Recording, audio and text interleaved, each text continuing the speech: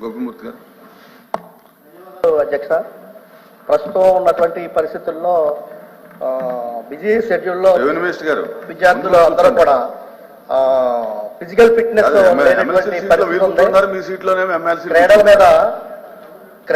క్రీడల మీద ప్రభుత్వాలు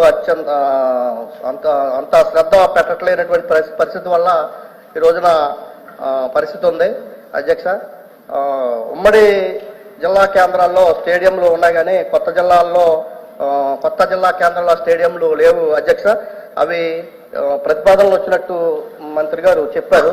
అయితే ఎప్పటికీ పూర్తి అవుతుంది అనేది నా ప్రశ్న. అధ్యక్ష, అదేవిధంగా నియోజకవర్గానికి క్రీడా వికాస్ కేంద్రం పేరు చెప్పి గత టీడీపీ హయాంలోనే స్టేడియం నియోజకవర్గానికి ఒక స్టేడియం ఉండాలని ప్రారంభించారు. అధ్యక్ష, అవి కొన్ని 30%, కొన్ని 50% కూడా పనులు పూర్తయినాయి.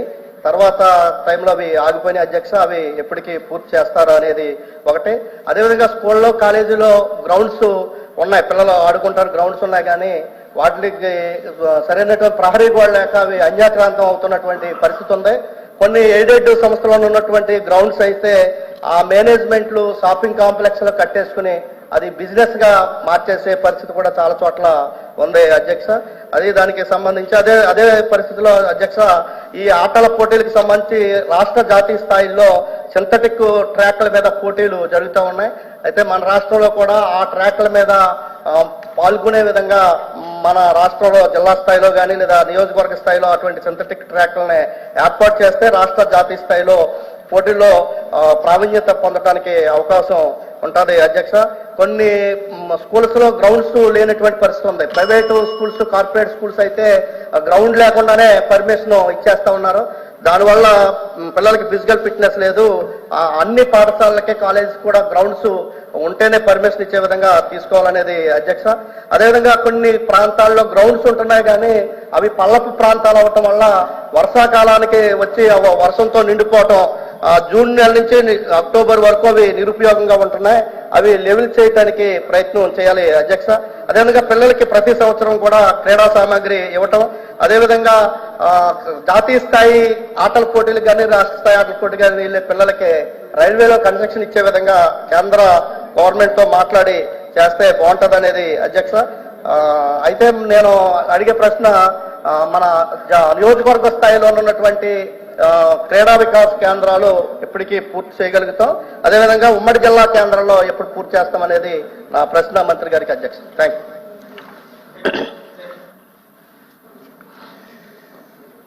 ఇప్పుడు జిల్లా క్రీడా ప్రాధికార సంస్థకు సంబంధించి ఇందుట్లో ఇంచుమించుగా 240 దగ్గరగా ఉద్యోగులు పనిచేస్తున్నారు. కంటింజెంటు, కాంట్రాక్టు, అలాగే కన్సాలిడేటివ్, హానరోరియం పద్ధతిలో పనిచేస్తున్నారు. ఇందులో 56 మందికి ఒక రకం, అలాగే 98 మంది ఒక రకం. వీళ్ళకి జిల్లా ప్రాధికార సంస్థ ద్వారా చెల్లిస్తున్నారు, అలాగే కొందరికి ఆప్కాస్ ద్వారా చెల్లిస్తున్నారు. మిగిలిన 75 మందికి చూస్తే వాళ్ళు 20 సంవత్సరాలుగా పనిచేస్తున్నారు. వాళ్ళని జిల్లా ప్రాధికార సంస్థలో విలీనం చేయాలనేటువంటి వాళ్ళ కోరికని, అలాగే ఆప్కాస్లో విలీనం చేయాలనేటువంటి కోరికను కూడా మంత్రి గారు దాన్ని ఆ రకంగా రిక్వెస్ట్ని అమలు చేయాలని చెప్పి కోరుతున్నా. అలాగే 98 ముందు కొంతమందిని వాళ్ళు రెగ్యులర్ కూడా చేశారు, ఆ రకంగా రెగ్యులర్ చేయమని చెప్పి కూడా వాళ్ళు అడుగుతున్న పరిస్థితి. ఈ 75 మందిలో జిల్లా ప్రాధికార సంస్థలో, ఉమ్మడి జిల్లా ప్రాధికార సంస్థలు ఉన్నప్పుడేమో జీతాలు సక్రమంగా వచ్చాయి. ఇప్పుడు విభజన జిల్లాలు అయిపోయిన తర్వాత, ఉదాహరణకి డాక్టర్ బిఆర్ అంబేద్కర్ కోనసీమ జిల్లాలో 4 నెలల నుంచి వాళ్ళకి జీతాలు లేనటువంటి పరిస్థితి ఉంది.